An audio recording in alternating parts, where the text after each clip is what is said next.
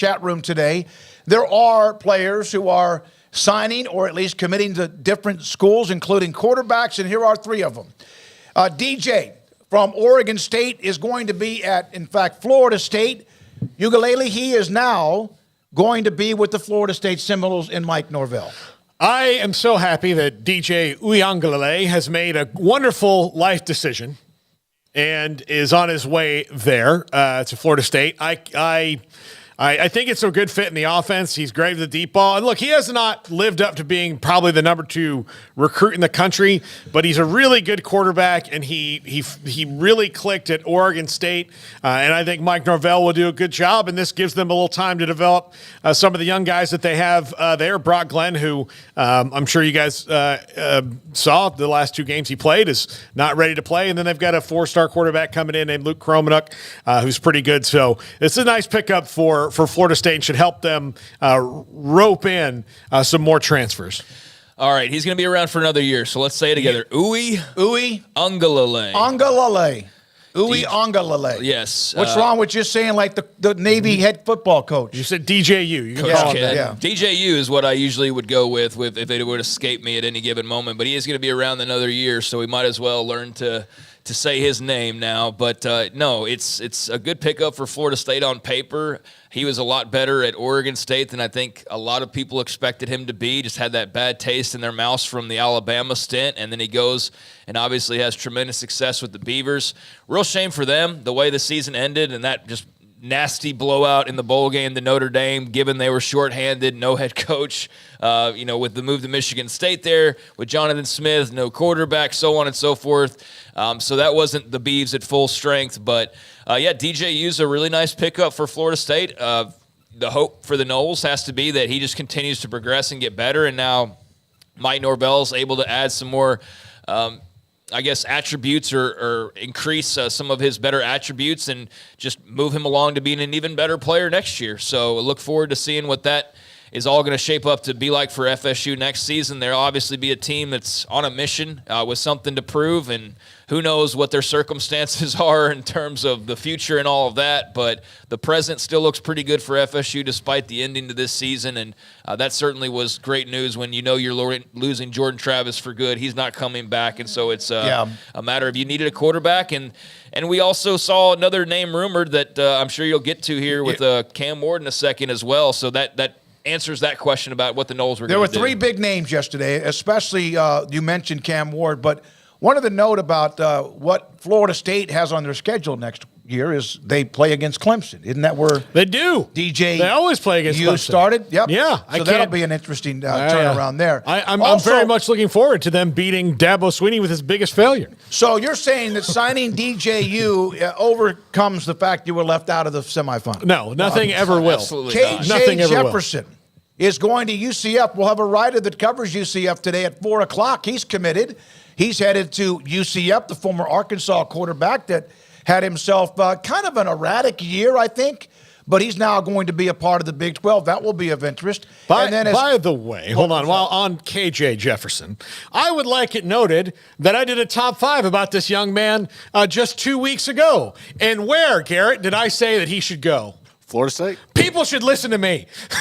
DJU? No, well, DJU listened to me, Jefferson, but KJ Jefferson went to UCF, and the reason I said that is because. So you said he should go to UCF. Yeah, so KJ Florida State. DJU. I did mention that earlier in another top 5, but KJ Jefferson, I said he should go to UCF because Gus Malzahn's best success was with Cam Newton.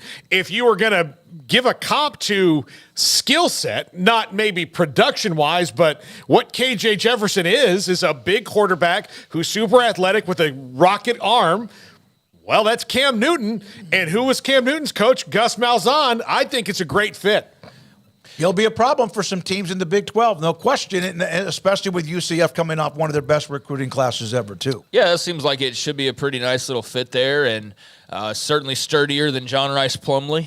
You don't feel like you're kind of dealing with glass there, and all due respect to JRP, but that was part of the storyline for the Knights was quarterback health all throughout the year. With KJ Jefferson, I feel like you got a guy who's certainly able to withstand the the season's beatings and able to be in there with you every single week. But yeah, a pretty good player who just was on a team that was very forgettable this past season. Obviously, there's hot seat talk that's going to be surrounding Sam Pittman entering next season. All throughout this offseason, they have to show some improvement. Where do they find themselves in the new SEC? I mean, you're already there towards the bottom ranks. They're getting rid of divisions, but now they're adding two teams who are better than you on paper and are better than you historically, and also rivals, especially Texas. So what does that look like for Arkansas? Not surprised to see KJ, look elsewhere, and not surprised to see Gus Malzahn get excited about the possibilities there. So, yeah, that's a fun matchup or pairing, and look forward to watching him in the Big 12 next season. Cam Ward to the NFL. There were thoughts that he might end up somewhere in college football for another year. He started at Incarnate Word. He played at Washington State, had himself one hell of a year. He is now entering the NFL draft, and we'll discuss this and then get to another player, another named quarterback that just entered the portal here in the last few minutes. Your thoughts about Cam Ward? Fantastic players, one of the great success stories of the transfer portal, coming over from Incarnate Word to Pullman, Washington there to play for the Cougs and have really a dynamic couple of years. Really surprised that he chose the NFL only because I wasn't expecting it. I didn't have it in my mind that was as much of an option for him as it obviously was. I just figured he would be in college football for another season and didn't give the NFL option that much thought, and that's just on me. I'm curious to hear what kind of feedback he got. He's not signed an agent, so he still has about, 10 days or so to back out of that decision and return to college football. But that's the question, is where would he go? But yeah, that was a surprising move just because, I wasn't expecting the NFL option as heavily as I was thinking about where he would go, like Miami, for example. Yep. So pleasant surprise, and I'm a big Cam Ward fan. I'm very excited for him to show his chops on the next level, or if he reverses course, that'll be a great transfer portal story to follow. And that recruitment, because he's a big-time player. So, yeah, that's a big loss for Washington State, but you knew that was coming their way anyways. Kaden Salter. Liberty was 12-0, got hammered in the bowl game by Oregon. He now, just a minute ago, has announced that he's entering the transfer portal. Yeah, that'll be an interesting one to see where he lands. And there are some big spots still open. USC's gotten weird with now Miller Moss tearing it up in the Holiday Bowl. Maybe he's the guy. So, Will Howard, where does he wind up? Miami was really counting on Cam Ward to commit there, and he's going to the NFL now.